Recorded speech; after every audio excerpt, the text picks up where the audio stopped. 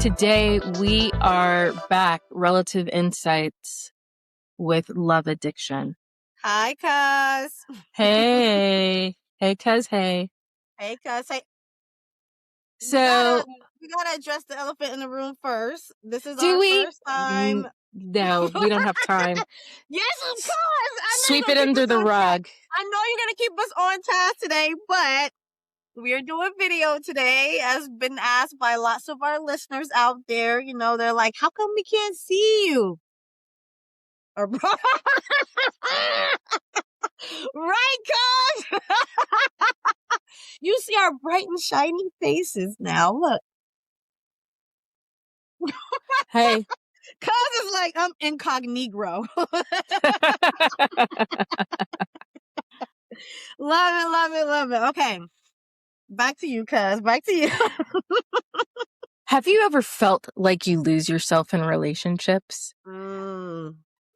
Why does love feel euphoric one moment and devastating the next? Can you guess what our topic is today? I gave you a hint. I don't know much about this at all, so we're going to kind of do this differently. I'll do even less talking, but really, my cuz is going to take over. I will say, though, I am not the authority on this. I've done some research. I've had clients dealing with this. I'll also disclose that I myself am dealing with this. And that's why I was like, hey, I really want to do a topic on this. And also, like, whenever we do topics, I tend to learn even more about that particular situation, topic, whatever it is at the time. So, you know, this felt like perfect timing. Yeah. Really, this episode is about awareness, creating awareness, and not shame. So. And we ain't diagnosing. And it's not even in the DSM. Let me just throw that out there. Love addiction is not in the DSM-5. Okay. This is, you know, something like, you know, a buzzword like trauma bonding, or, you know, these are just like labels and topics in mental health that help us make sense of things that we otherwise just don't seem to be able to make sense of. Love addiction is a term that's used to describe an intense need for love, romance, or partnership. A love addict can become obsessed with someone and may be devastated if the individual doesn't reciprocate their feelings. Those addicted to affection may have an intense longing to be loved and treated affectionately, even when this causes emotional harm or creates unhealthy relationship patterns. And I will add that with addiction, these feelings can feel normal. And so whether you have an addiction or not, I think everyone can relate to the feelings that come up in the descriptions. But love addiction entails problematic behavioral patterns that last over a long period of time and that contribute to maladaptive or adverse social, occupational, relational, and financial outcomes. And those are fancy words of saying, are you losing money? Are you losing money? Is this need for love impacting how you function in life, whether it's in work, whether it's giving money away, and making yourself destitute? Yeah.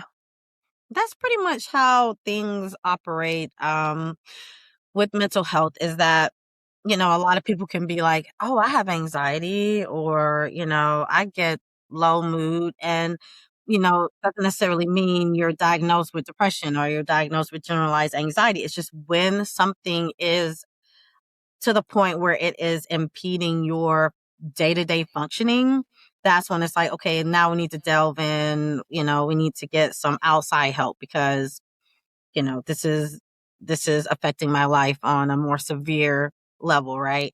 I do want to make a point that some of the key symptoms of love addiction or things like obsession and fantasy, where you're having like constant intrusive thoughts about the partner or the person that, you are crushing on, pursuing love with. I don't know how you want to put it. And you tend to focus on the fantasy versus the reality of them, right? Um, there's emotional extremes like euphoric highs when the relationship is going really, really well, like when they are giving you, all of that, all of your love, whatever your love language is, when they are, doing that really well, you have that euphoric high, and then the lows of like severe despair, depression when they're not. You tend to neglect yourself, sacrificing personal needs, goals, other relationships for that partner. Um, Also, there's like cycles of just like unhealthy dynamics of like makeup to breakup or like constant, you know, verbal aggression, fights, that kind of thing. And then you experience like withdrawal symptoms where you have increased like anxiety, panic, discomfort whenever you are either afraid that you're going to lose that person or that relationship, or even sometimes like if you hadn't heard from them all day and you're like, what's going on? You have that, you go through withdrawal symptoms. And basically like this is just along the lines of just being indicative of an addiction.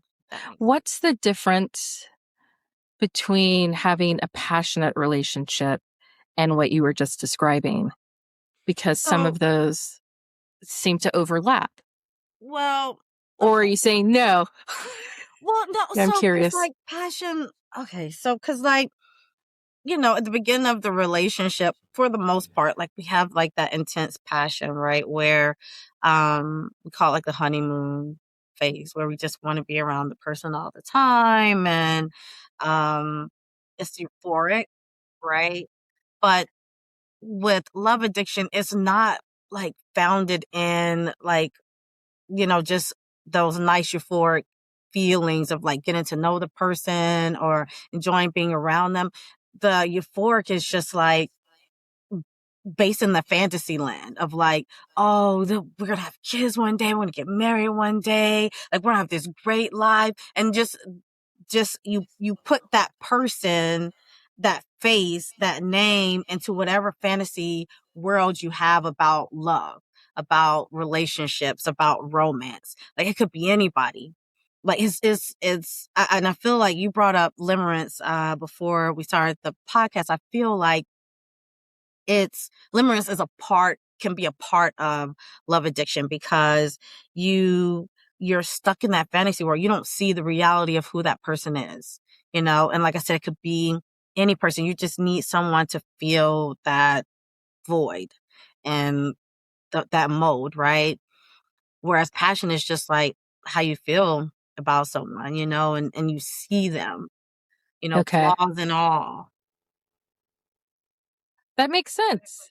Yeah, that did answer the question. It sounds like passion is still grounded in reality Yes. versus, you know, I know that we sometimes will project and, Mhm. we don't always treat our partners or the people that we're interested in as separate, whole, Yeah. resourceful beings. And it's, oh, you're going to fit this picture. But Mhm. yeah, it sounds like love addiction is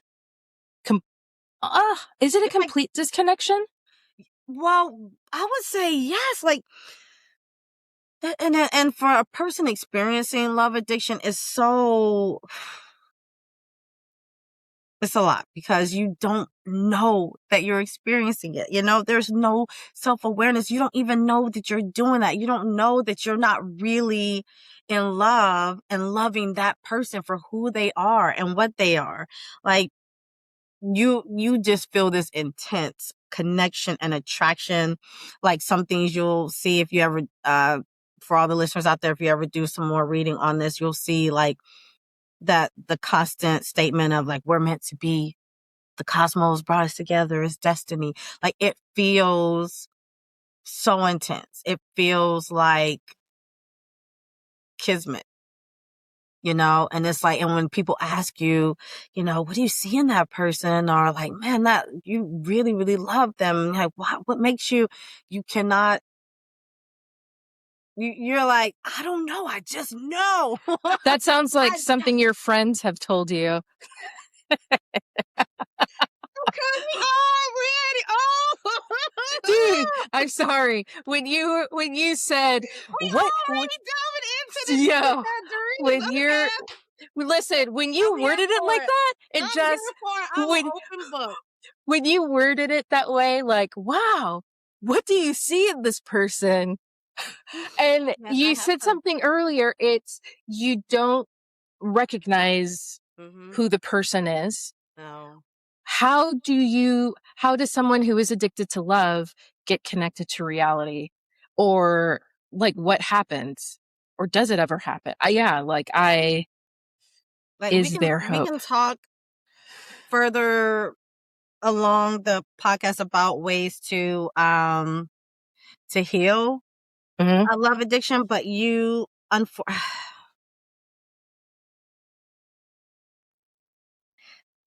gonna try not to cry. You don't. You don't. That intense feeling until you heal, you still don't. Like you still, as much as the people around you tell you this person was horrible, they were awful, they don't deserve your tears, they don't deserve your time, blah blah blah, whatever it is, right? You can't see it.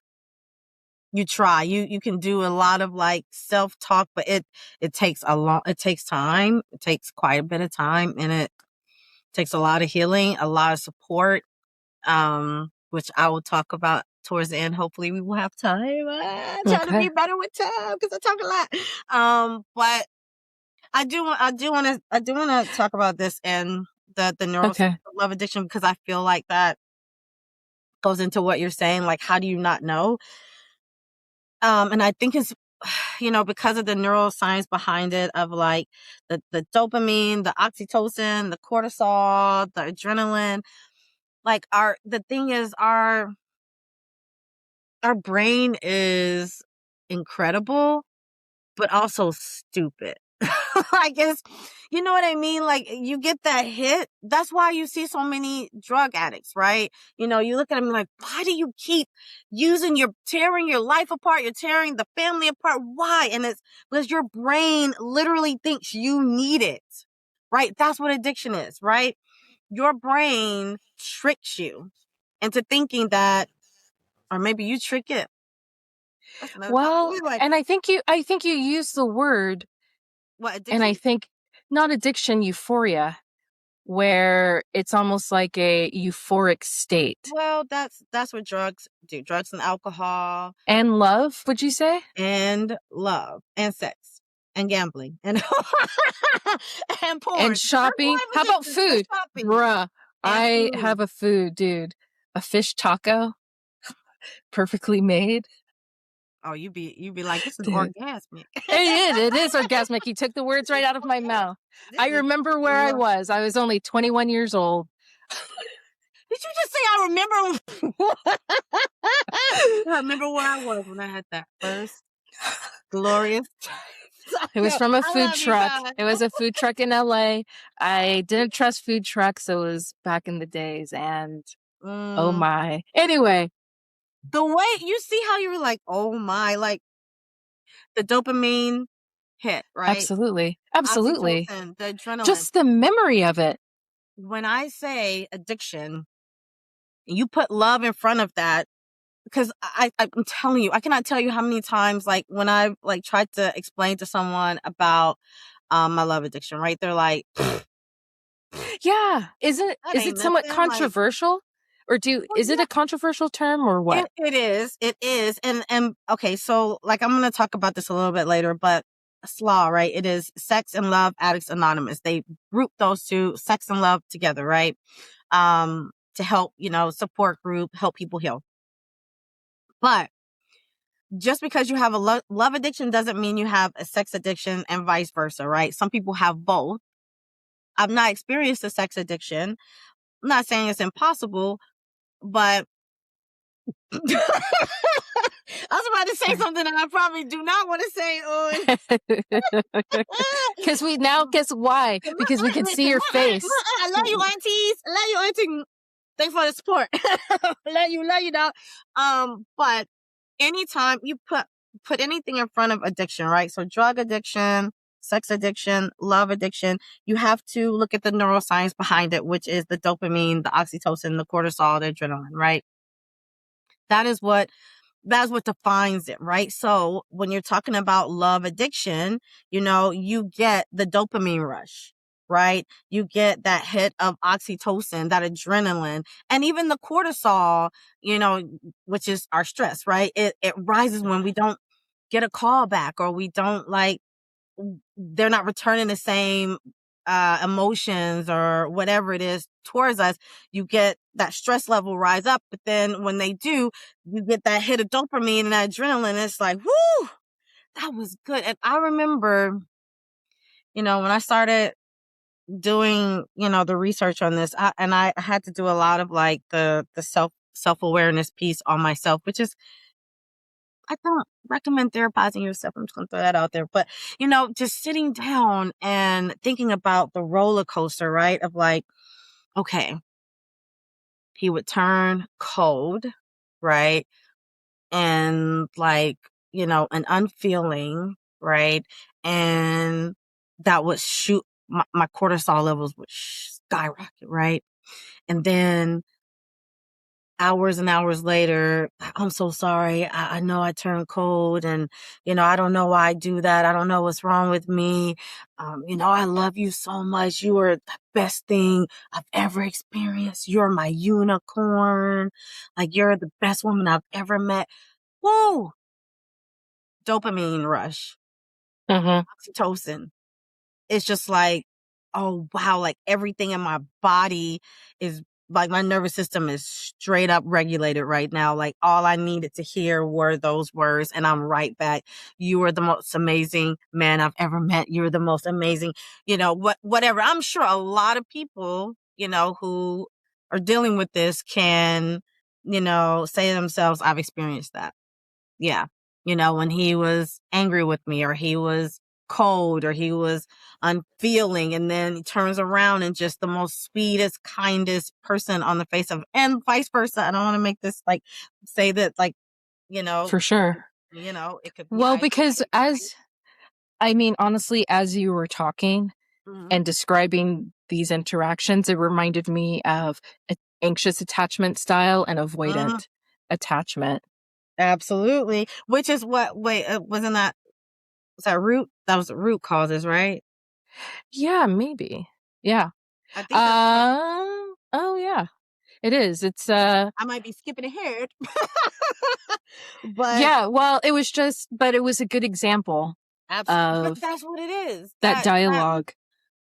when I, oh my goodness, when I talk to my clients about the anxious attachment style, like we talk about, I delve into the love addiction piece, the limerence piece, just to see if that's a possibility there.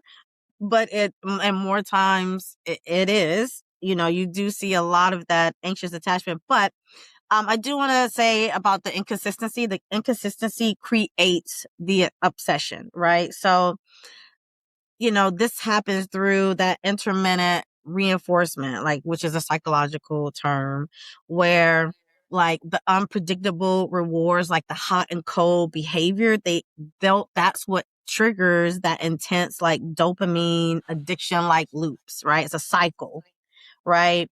And it's like your brain just like craves the attention, and you almost like hyper focus on the moments of like uncertainty, right? Because you're waiting for that high again, right? It's just like, this is going to get better. This is going to get better.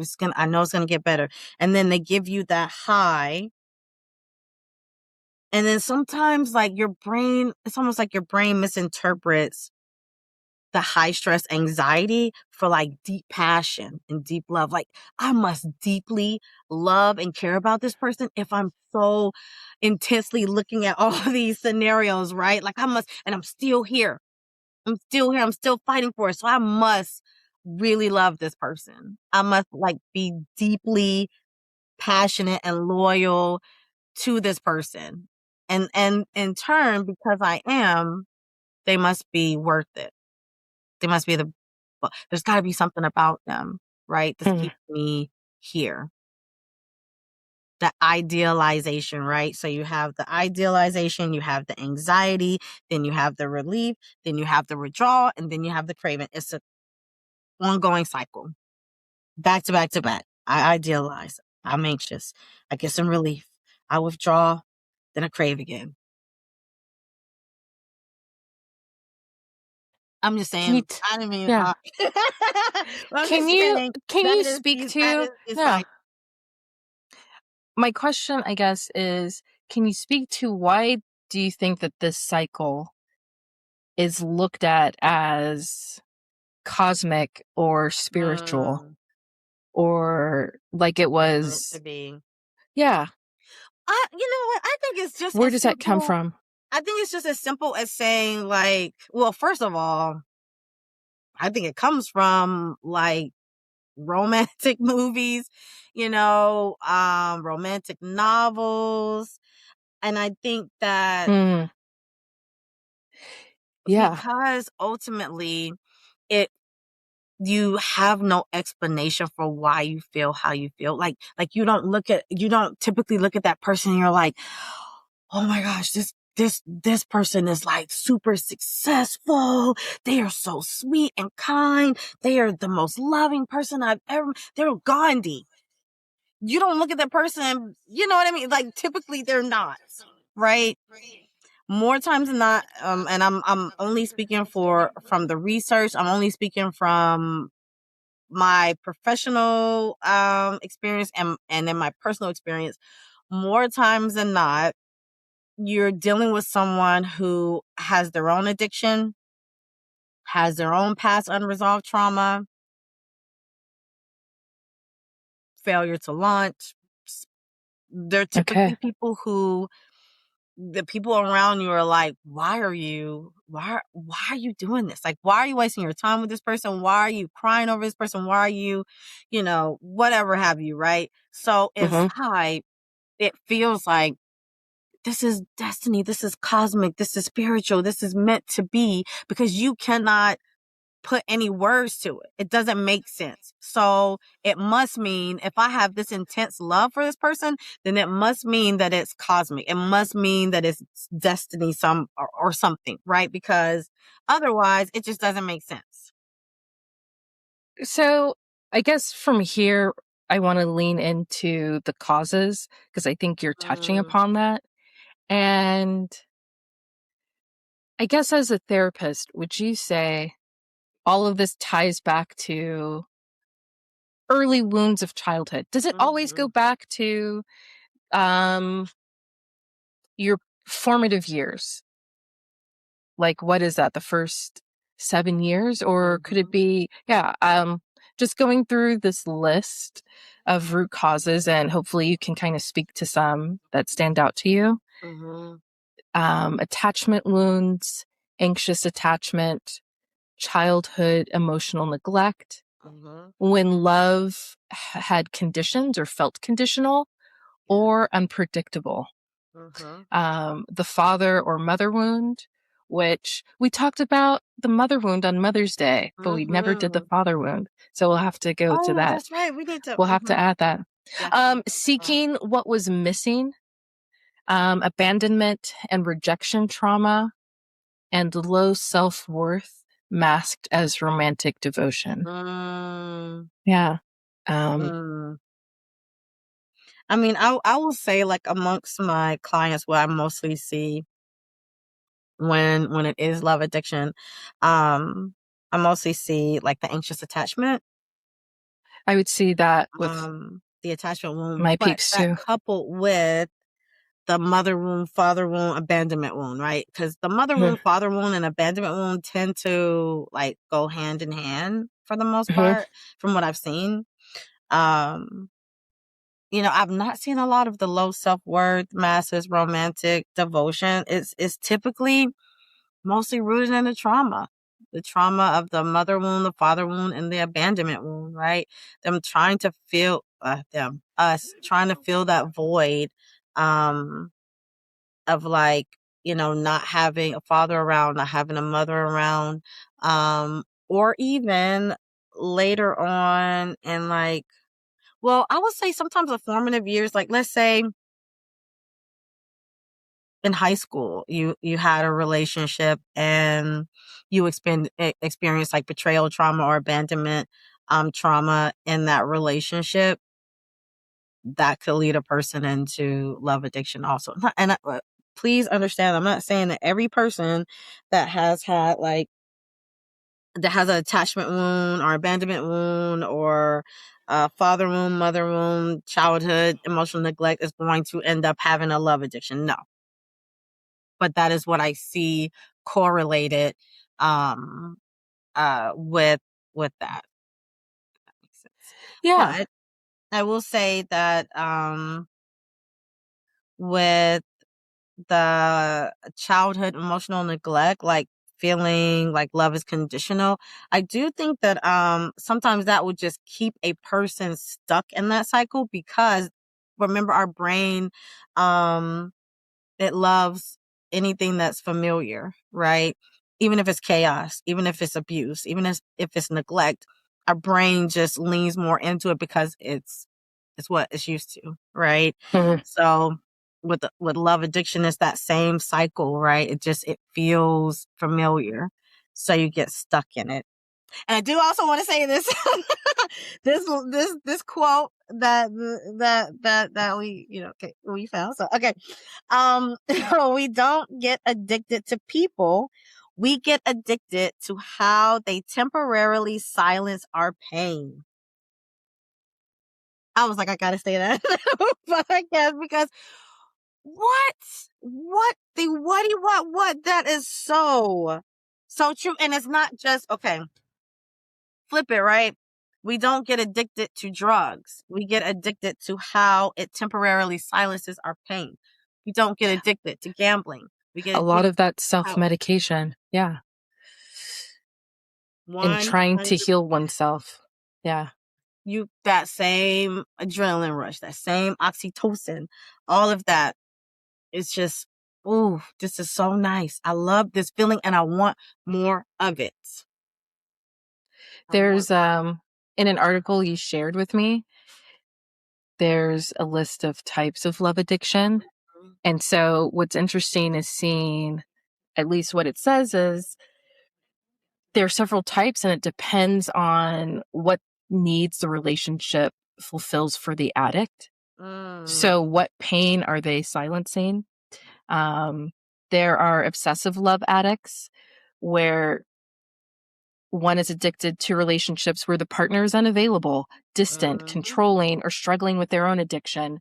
The mhm, object of affection is not emotionally ready for a relationship, yet this mhm, availability only fosters more longing and obsession. And mhm, just as I'm reading that, I think of a person who, a longtime friend who never had a relationship with her dad, pretty much product of an extramarital affair, moved far away with her mom, and the choices in partners, mhm. it's like we all choose the same patterns.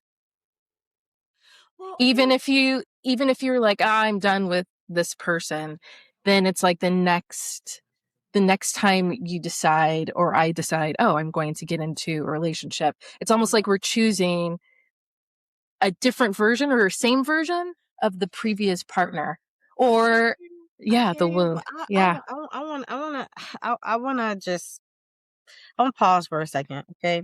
I wanna say Yeah. this because, and I know it's probably my own defensiveness surrounding it, but like when people say, I hear a lot like, you just keep choosing the same, and I get it. I know what I just said, but to me, sometimes it doesn't feel like a choice. It's like, Mm, that's because not defensive. you I have don't. a lot of, as women, you know, I'm gonna be honest, sometimes it don't even matter what you look like. You know, a lot of you have attention from guys, right? To me, it's the ones that, you know, we gravitate towards. I like to use the word gravitate because I don't feel like we are choosing to be miserable. We're not. I don't feel like No, we're choosing. I get You that. know. But then that's also, I mean, that's also wild because what do we rely on as our markers? Because I've heard it said that just because there's chemistry, Mhm. is that the recipe for love? Well, So okay. Well, when we're talking magnetism, about someone with love addiction, there are no markers. yeah. There are no known markers, right? For you, you gravitate because there's like, and more time. I'm not saying this for all love addicts, but more times than not, you see someone who seems like they've not been loved deeply, loved unconditionally, and you know what it feels like, and you want to be that person. Is that the marker for you? Hey, we ain't doing that, cuz. Bruh, bruh, I told you.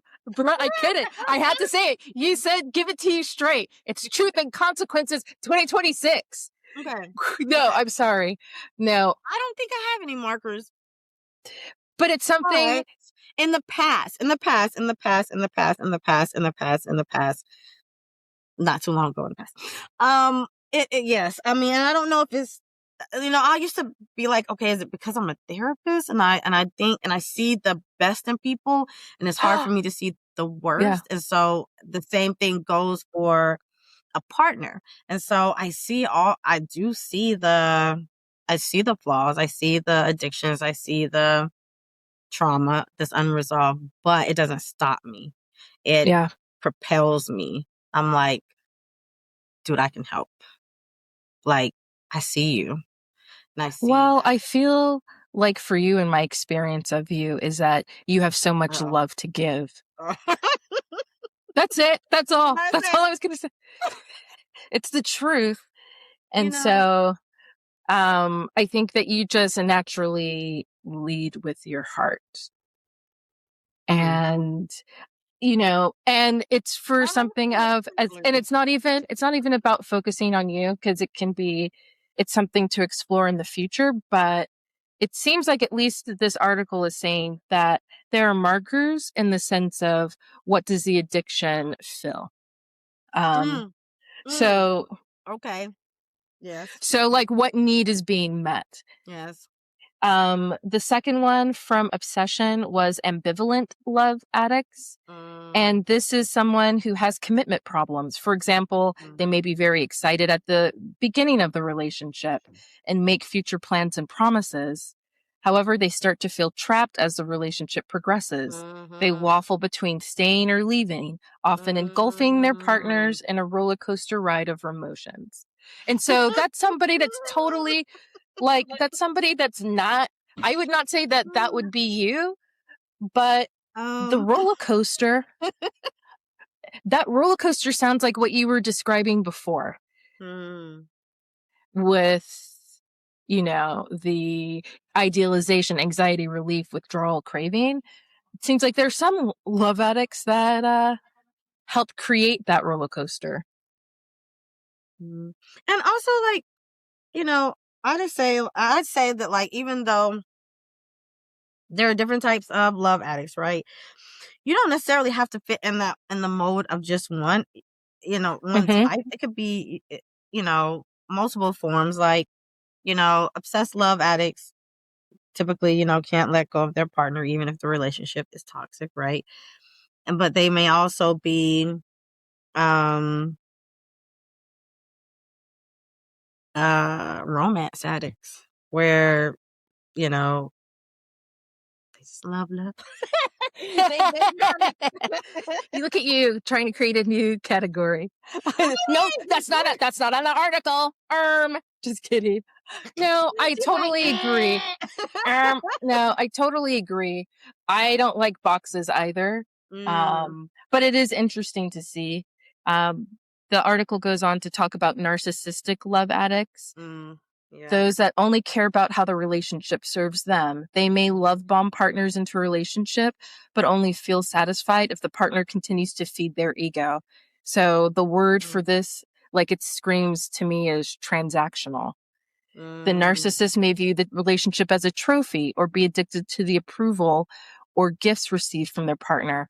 However, they may become violent and controlling when the partner tries to leave. mm, And then finally, a codependent love addict is addicted to being needed and may play the role of rescuer or caretaker in their relationships. These love addicts may attempt to control partners' behaviors to save them. In other cases, codependent love addicts may overlook harmful behavior like cheating, mistreatment, or abuse rather than leave the relationship. Yo, you sent this to me. You sent this to me. Did you snort? I'm feeling attacked. Dude, bruh. I can roll with the punches. Let's go. Let's go. Codependency. Bruh.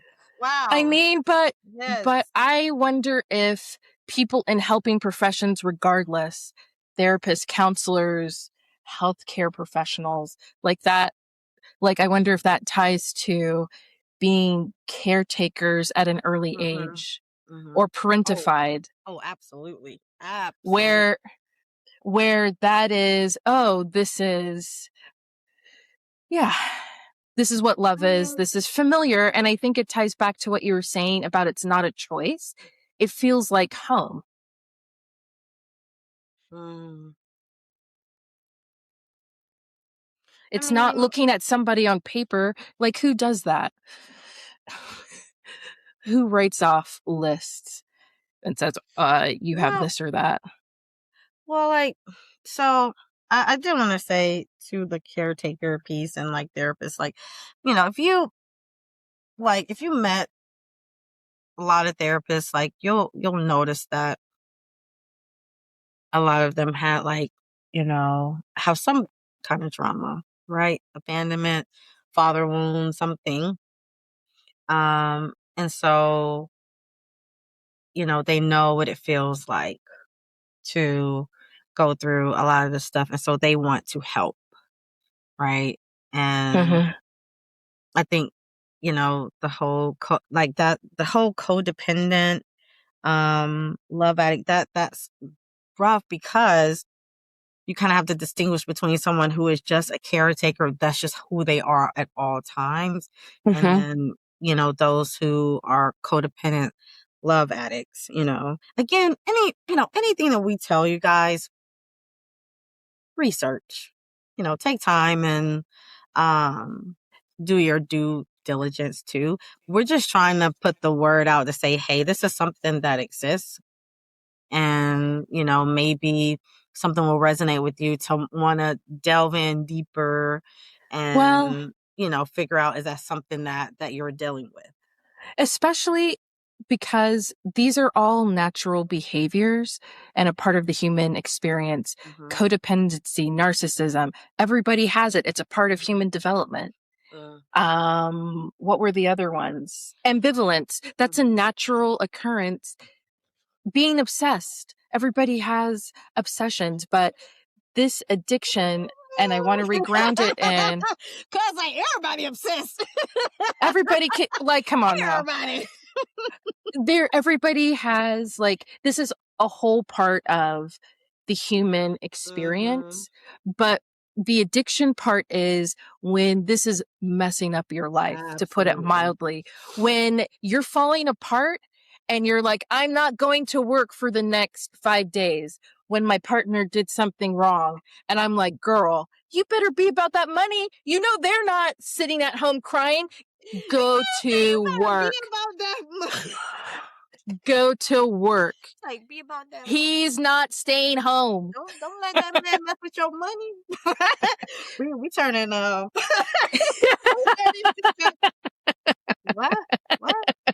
Not the money. Not the money.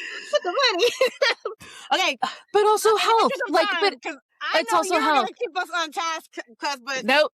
All right. So are we gonna talk about wait, I need to just say really quickly in Yeah. relation to what you were just saying. Yes, we all have bits and pieces, traits across the board, right? But to note that it's love addiction. Number one, obsessive thoughts about one person, the emotional withdrawal when you're not in contact with them, you ignore the red flags. There is self-abandonment to keep that connection, meaning that, like, this what you were saying about, like, you got to go to work, make that money, honey, and you were like, my baby, I ain't stay home, and he ain't even here, but let me stay by my phone and stay at home to, see when he gonna contact me. Confusing anxiety with chemistry, feeling empty when you're single, and then repeated attraction. Oof, this one hurts. Repeated attraction to emotionally unavailable partners. That is a huge piece. Because if you're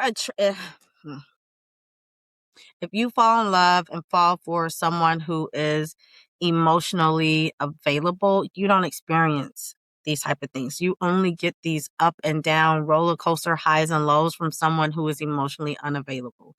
Because they're the ones who turn hot and cold. I'll stake everything and stake everything on that. And again, I'm not trying to get anybody to self-diagnose. For sure. This is self-reflection. Absolutely. Yo, you're making me think. Absolutely. You're making me reflect because good. I had want everybody to reflect. Because I'm like, I'm not an addict. That's what I said before we were talking. But there's something to just look back at the past. Look at the who have I gravitated? Yeah, who have I pattern. gravitated towards? And what does that look like? And yeah, absolutely. And I do want to make a point of saying, like, we're going to circle back around and do a podcast on trauma bonding. Because I'm sure, like, some people were like, well, what's the difference between love addiction and trauma bonding? And there's a stark difference, right? Because, for the most part, trauma bonds are based on attachment with your abuser. Or either attachment with someone who has experienced severe trauma, and you have too, and you two kind of bond on that end. So it's rooted in trauma, versus love addiction is not rooted in trauma. Love addiction is more so like the highs and lows of romance, just to feel like that void, that deep void that's either left by emotional neglect or father wound, mother wound, abandonment wound, whatever it is. But, with trauma bonds, you have those cycles of fear and intense bonding, whereas love addiction is more like the addictive, obsessive behaviors in the relationship. But we will circle, because I know with my clients too, every time I turn around, trauma bonding everywhere. So I think we should go back around, right, guys? Question for you. With the love addict, and I don't know if I'm understanding this right. I know, I'm a vampire. What's happening over there? Guys, why? Why? Are we gonna eat the microphone? Vampire. My lighting, I'm sorry, I don't have a lighting professional. It is getting darker. Actually, I like it. I was like, you looking all mysterious over there with the black cat. The black cat. And, I'm not going to sing right now. Tell me, cuz. So in for the love addict, Mm-hmm.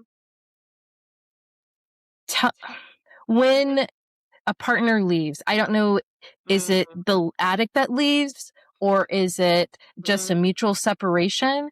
Is that the Mm-hmm. part where that's the withdrawal period?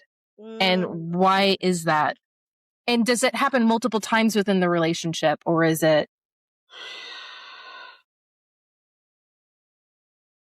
Okay, that's a hard one because I mean, more times than not, what I've seen is that like it's not it's not typically the love addict that leaves, but they do, and I'll explain what I mean. So like you have a lot of makeups to break up, right? Because Mhm. the love addict, the highs and lows, and sometimes a love addict is like, this is too much, I can't do this anymore, kind of thing. But they don't mean it. They just want the person to stop And being to prove it emotionally unavailable or abusive or whatever it is, right? They're like, this is going to make them realize that I'm worthy and worth their love, and they're going to straighten up and we're going to get back together in like a couple of hours, right? What happens sometimes is that like they don't sometimes they don't get back together, right? And then the withdrawals. But a love addict could go through withdrawals without even having a disillusion of the relationship. It could just be, I haven't talked to them all day, mm, right? And so they go through the withdrawals of like, I miss them, I want to talk to them, kind of thing. Um, Sometimes I've had a few situations where, no, I take that back. Several, where the person cheated and they were gonna still stay, but then the other person decided to be with whoever they cheated with. And so yeah. then that leads into the dissolution of, and the withdrawals. And I'm telling you, man, the withdrawals, you think withdrawals from alcohol and drug are bad, and you think to yourself, oh, love addiction, sex addiction, like whatever, like that's not real, like you're not really, Mhm. because guess what, your nervous system is so dysregulated and out of whack. So you're angry, you're sad, you're fiending, like you literally fiend for that person.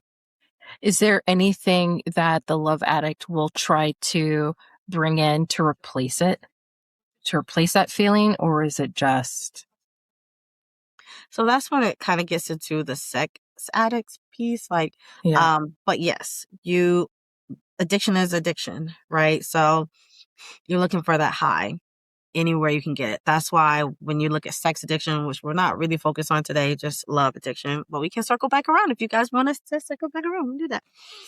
But it's different with sex addiction because you can like jump on Tinder, jump on Grinder, and get that high. Whereas with love addiction, you're a bit more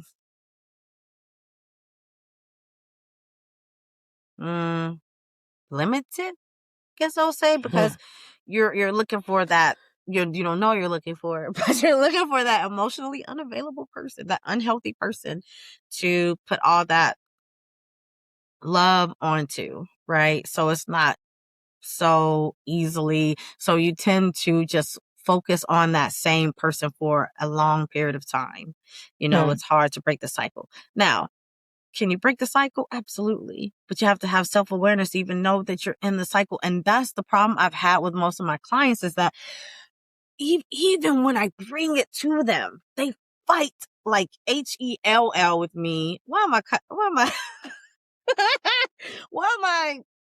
You spelling out didn't like want to I can't cuss on swear in here? front of your guitar in the background. You wanted to keep it pure. Cause I swear I What's your baby's name? know what? I I know should you. bring my guitar. Shouldn't I?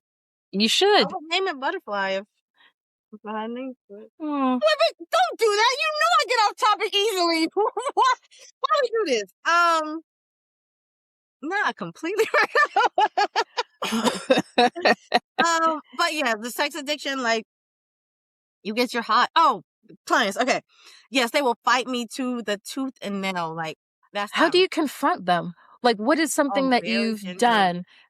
I What would you? usually, I usually like, because I'm not a confrontational therapist, but I will if I have to. But I usually like, hey, you know what? This reminds me of something I've been reading and researching lately. I'm gonna send you some stuff to read on it, and you tell me if any of it resonates with you at all. I probably won't, but just let me know, and we'll talk about it next session. Usually they come back, what was this you sent me? Like, yeah, I do not put anything in there. Like, I try not to put the love, but they come back and they're like, yeah, this all resonated with me and like blah, blah, blah. And then we delve in and talk about it. But even when I bring it up, that when they hear the term addiction after love, it's a fight. It's like, that's not me.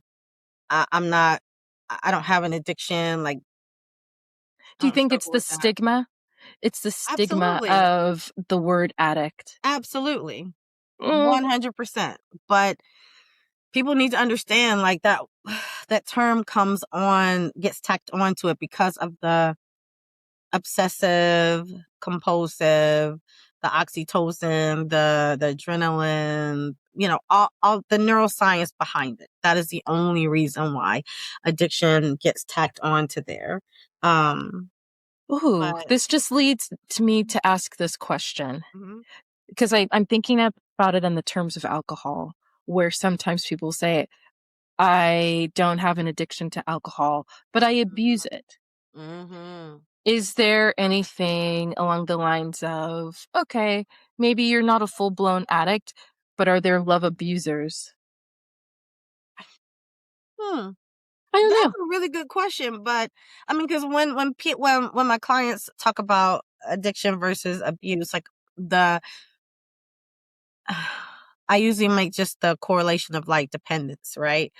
Hmm. So when you become dependent on something, your brain basically goes into this mode of like, I need this, right? So in order for me to survive, like air, water, food, I need alcohol, right? Your brain thinks that. Same with love addiction. Hmm. Your brain, that's why you go through withdrawals because your brain feels like you as a person cannot function without that person. Like there's so much Yeah. pain in your body. Like to even describe it is very difficult. Like you feel like you cannot function um without that person in your How life. long does that feeling last? Like, say, because I imagine it comes in waves, or is it For some constant? people, for some people it's constant. For some people it's waves. For some people it can last for years unless they mm, like replace potentially. um but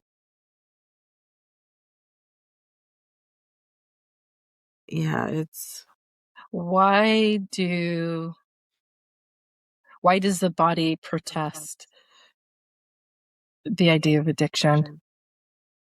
protection. What do you mean? Protest it. Fight against it? Um, yeah. Mm, Or is it the body acknowledges it before the mind? mm, like, what do you mean? Like when like going through withdrawals of it or hmm. It's a good question. I guess it's if you're going through this addiction and you're kind of in shock Mhm. and your body shuts down. Mhm. I imagine that I look at that as like the body reacting. Mm. Or does it happen all at once? Do you feel it in the body or is it in the mind first? Hmm. That's a good freaking question. I would imagine it's subjective, right? Person by person basis. I will say for me, it was it was definitely in the body, like a lot of like pit in stomach, tightness in chest, same symptoms of anxiety, right?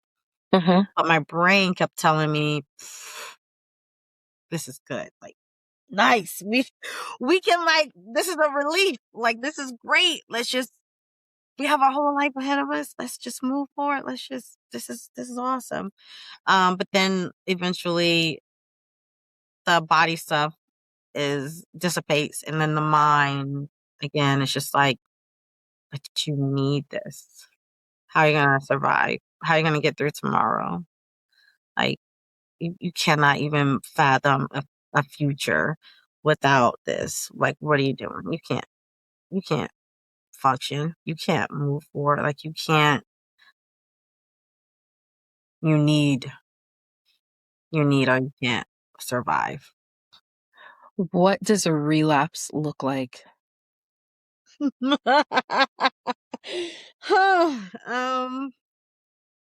I would just like to put this out there that I have not experienced a relapse. Just gonna put that out there. Not because it's been easy, and not because it has nothing to do with strength. Just like with drug addiction, any type of substance addiction, any type of addiction, people get in their head that like, oh, if I'm strong enough, if I have enough willpower, no, because our brain can be, again, as much as it's just one big sponge is what we feed it, it can be really powerful. It's to the point where we can see things that aren't even there because of our brain, right? Um, it's relapse is, you know, reaching out to that person, stalking, stalking that person, no matter Wait, what. digital stalking or I didn't. stalking That's what I'm stalking? saying. I didn't. I haven't Okay. relapsed, and I've been, really proud of myself. I instead, like, every time I thought about that person or thought about, you know, and this was like a year of like healing. You know what I mean? Like, this was not like weeks or just a few months. It was like over a year, right? Reach out to friends. Every time I thought, oh, I want to text or I want to call, nope, my friend gets that instead, or I'm journaling or I'm reaching out to my therapist or, whatever have you, right? Oh, and I was going to mention, but this is the end because it's almost 60 minutes, cause we said, okay. Sloth. So, Sloth, Sex and Love Addicts Anonymous Mm-hmm. is exactly what it says. It's an anonymous support network. I wouldn't even say group. It's a support network, like AA. And you have groups that you attend, and they have so many groups. I would just, you can either Google SLAA, SLAA, and I promise you a bunch of stuff will come up, or you can go to, I think it's slaa.org, SLAA.org. But they have like WhatsApp, a lot of WhatsApp group chats, some that are faith-based for Christians. That's the one that I belong to. They have some about like the digital age, because it's just so easy in this current climate to um, just get online. But they have a lot of subgroups that you can join that's extremely beneficial. But the key is support, support, support. Not a lot of therapists know how to provide therapy to people with a love addiction. They may know about sex addiction, but you mentioned love addiction. They're like, wait, what? that's not a thing. Like, love is great. Like, what do you can't be addicted to love? Like, what? I digress. But so SLA, great resource.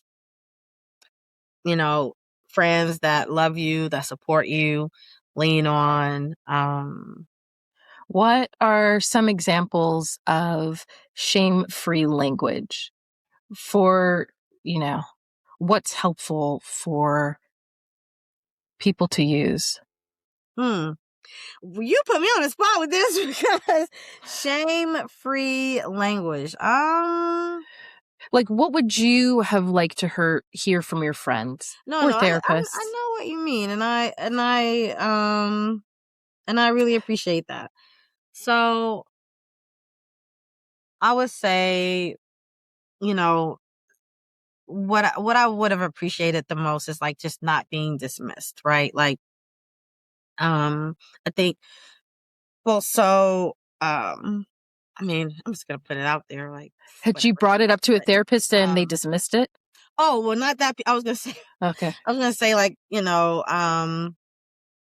how I don't think it's a secret, but whatever. Like my ex husband, Uh-huh. alcoholic, right? And Uh-huh. so go to AA, all that stuff. And so I remember thinking like, oh, you know what? Like, if anybody could understand addiction, like, and dismissed. Like, Of that's course, not a that real, seems. eh. that's trivial. What are you talking about? Like, that's not a real, okay, sir, get it. You're not But a, didn't he say that about therapy too? Did he say that about the oh, profession yeah. Yeah. compared to neuropsychology? I remember. Okay, well, we're not gonna talk about, oh, wait. Uh, wait. Okay, you know what? Everything's fine. Okay, anyway, but okay, we're moving on.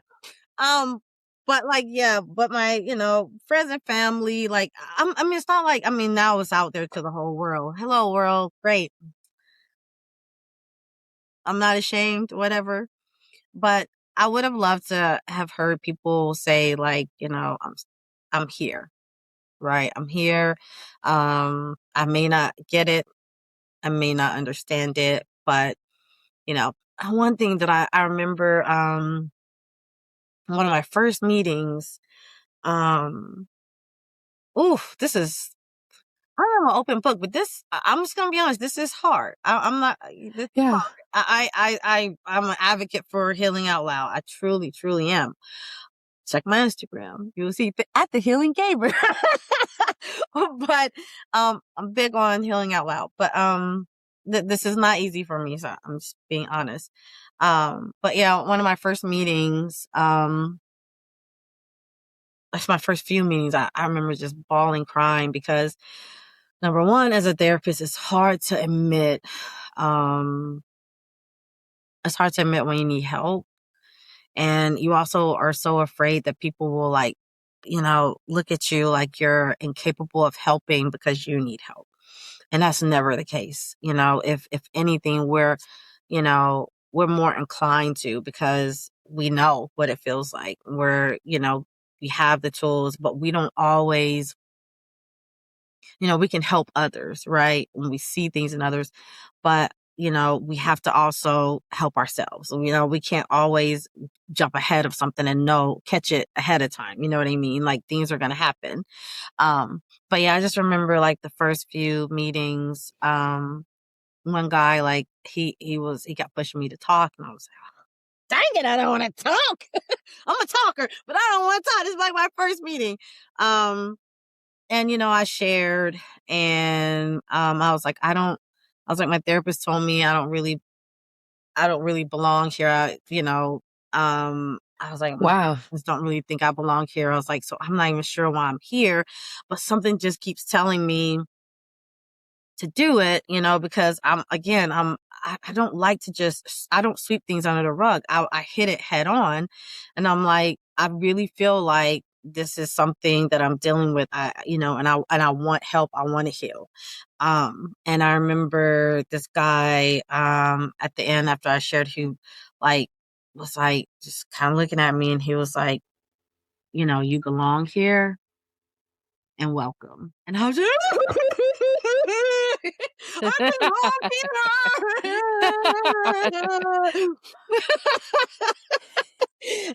needed to hear that. I don't know Yeah. why. I don't know why I needed to hear that, but I did, and I just feel like there's I'm so much I'm shame just behind this curious. kind of stuff. And I'm just curious, and you might not even have the answer to this, and this is more personal. I have all the answers, Sway. I'm just kidding. Do you think that people didn't think you belonged in an addicts group because you seem so capable and you're always working it out Well, yeah. and you're always taking care of other people? Like in most for decades, like I've been the rock Does forever. anybody ever know when you're suffering? Now I they don't know. do. Now they do. Okay. Because I don't suffer in silence anymore. I refuse. Like it doesn't help. It just, and I'm like, just because I'm a therapist does not mean that I don't need help. Doesn't mean that, I don't need an ear. Like, I'm all for just listening and helping others. Like, it's what I do every day, and I love it, and I have a passion, and I love, I love what I do. But I also am a human being who needs a hug and a listening ear too. And, those groups help. They, they definitely give a listening ear, and they don't, you don't feel shame. You feel Completely welcomed. you. This is why I tell my I'm clients all the glad. time, like, so go to support groups. Like, Well, I you was don't just even going to have to. say, I'm glad that you chose to find a space where you could find unconditional acceptance. Mm. That's a rarity, like I know. there's just so much going on in this world, like, and we are human. We struggle, but I just feel like as human beings, we're taught to shut up. Shut up and deal with it. Don't talk about it. And I'm sure after this podcast, I'm gonna get Oh some my goodness. I'm gonna get some backlash. Sometimes I do No, backlash Therese. from people who are just like, "Oh, I don't know how you do it. I wouldn't talk about all my." Look, that's you. Listen, I just wanted to tell you about the silence. I Mm. was in yoga class today. It's a sweltering yoga, and Hot yoga. oh yeah, because I like to torture. But she was talking. I mean, maybe it's thematic because of what's going on Mm. in the world today, but she totally was talking about. Ugh, I'm trying not to get too hippy dippy. I'm gonna Get hippy dippy, TLDR. cuz. No. I'm gonna edit myself and just say she spoke about silence and Mm. have like going beyond or healing in the sense of when somebody is trying to silence you, that you Mm. send your message, you know, And you know what?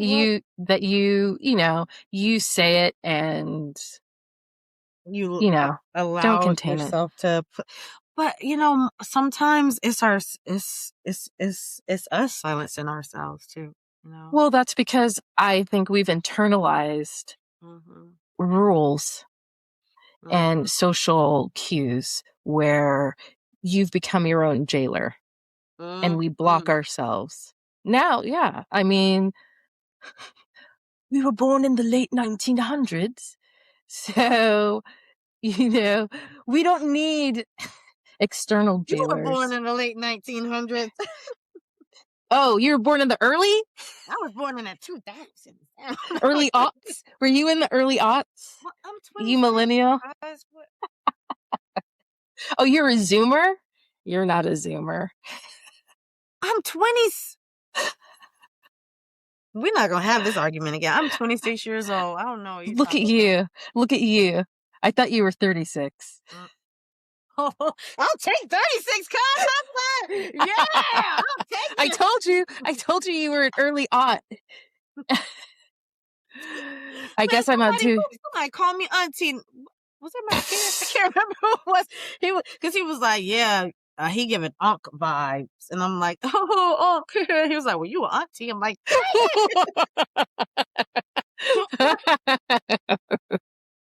my son, Oh, the comedian. We said we were going to keep this 30 minutes. yay! I'm Well, no, so no, but it's sorry. fine. All right, why don't you finish off with a quote, a gentle reframe, darling? What? What was I supposed to say? Why don't you end us? Why don't we wrap this up? A quote? I ain't got no quote. Yes. Okay, But here's I a will. quote. But I Here's a can give quote. a wrap up though. I can. Hear about this. Hold on. Here's a quote. Healing doesn't mean you stop loving deeply.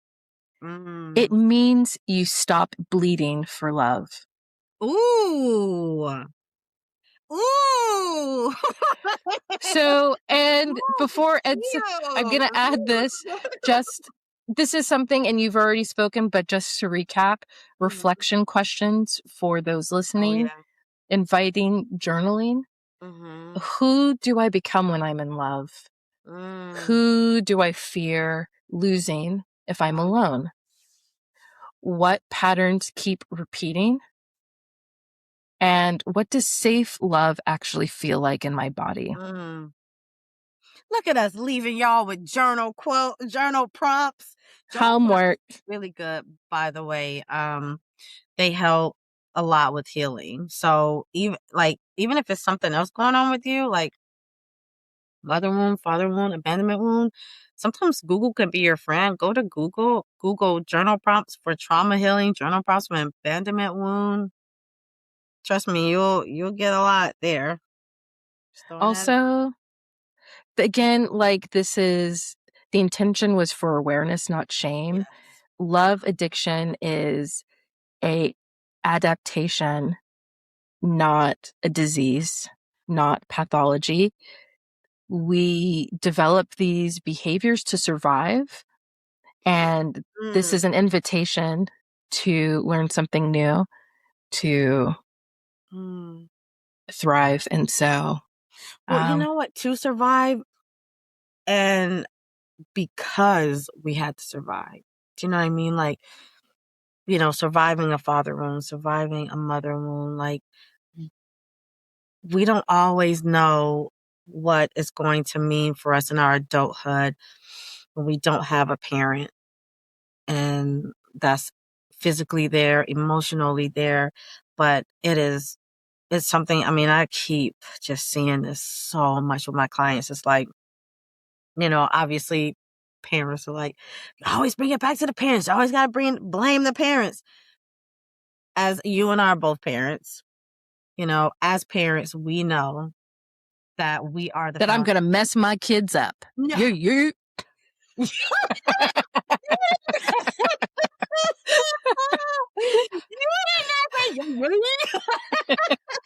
I'm West Coast full.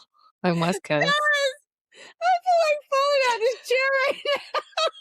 I'm sorry. This was a serious conversation. I'm crying. I know. I was about to get all serious. I apologize. I'm so sorry. I'm so sorry. My God. Oh my God. I'm sorry. Yay. I was saying. Okay. As parents, we know that we're the foundation for our children. Like, seriously, in all seriousness. We're the first relationships. We are the first relationships. We're the first understanding of a man and a woman. We have so much power, so much. And so many parents take it for granted. Don't even realize that 30 years from now, your kid is probably going to be miserable in a toxic trauma bond relationship because you were absent their entire childhood, their entire. And I'm not shifting blame. I'm not blaming anyone. I'm making a point of this because so many parents don't take responsibility. They see their life that I don't know why they jump from relationship to relationship. Like, I don't know what's going on with them. I don't know what's wrong. I do. I'm telling you, because so many times I'll be like, what are my kids going to say about me? when they go to therapy one day, because I'm hoping they do go to therapy. But I'm like, what's the worst of the worst? Because guess what? We're all flawed. We're not perfect parents. None of us are. We mess up our kids in ways we don't even understand, right? But what is it that I want? That I hope my kid can never, not say about me, right? I know they will always say my mom loved me to her core, did everything she could to make me happy, to make me feel loved, to make me feel supported, to be there for me. Now, did my mama get divorced and that was traumatic for me? Yep. And I'm sorry. I'm so sorry, my boy. But again, some things we cannot help. But what can we do in the midst of it, right? We get our kids help. Get them help as early as possible. If I have this one client, I tell her mom all the time, I'm so proud of you for bringing her in here to do this play therapy at the age of 6 and 7, because at the age of 6 and 7, she hates her father's guts because he cheated on her mom and she knows about it. And he left for a period of time and now he's come back and he's trying to have a relationship with her. She doesn't want anything to do with him. And I'm so proud that mom brought her in to do trauma healing right now, to work on to heal the father wound, to heal the abandonment wound, to give her all the tools she needs. I tell her mom all the time, 20, 30 years from now, you're not going to look at her and see her, stuck in these trauma bonds, stuck in this love addiction cycle, whatever it is, right? Because you're doing the best thing for her right now. And I digress, and I'm so sorry. No, it's not. No, I think that's super important. And whether it's therapy or whatever have you, being able to model for your kids the ability to ask for help from someone trusted, because everybody needs help at some point and they've gotten it somehow, some way. And so that definitely, do not keep silent. That's like the first step, possibly, is to acknowledge and to ask. Absolutely. All right. I feel like I've said enough. You felt like what? I feel like I've said enough. I've said enough. This was long. Thank you all. You know what? Yeah, we will definitely be coming back with more episodes. And even this one was such a rich one. I know you're probably going to have to edit some of the things that I said out of here, but also, dude, ain't no edit. This cave, it seems like I can't even see myself needing to edit anything, but I got ideas. Well, it just seems like we have ideas of future episodes to talk about.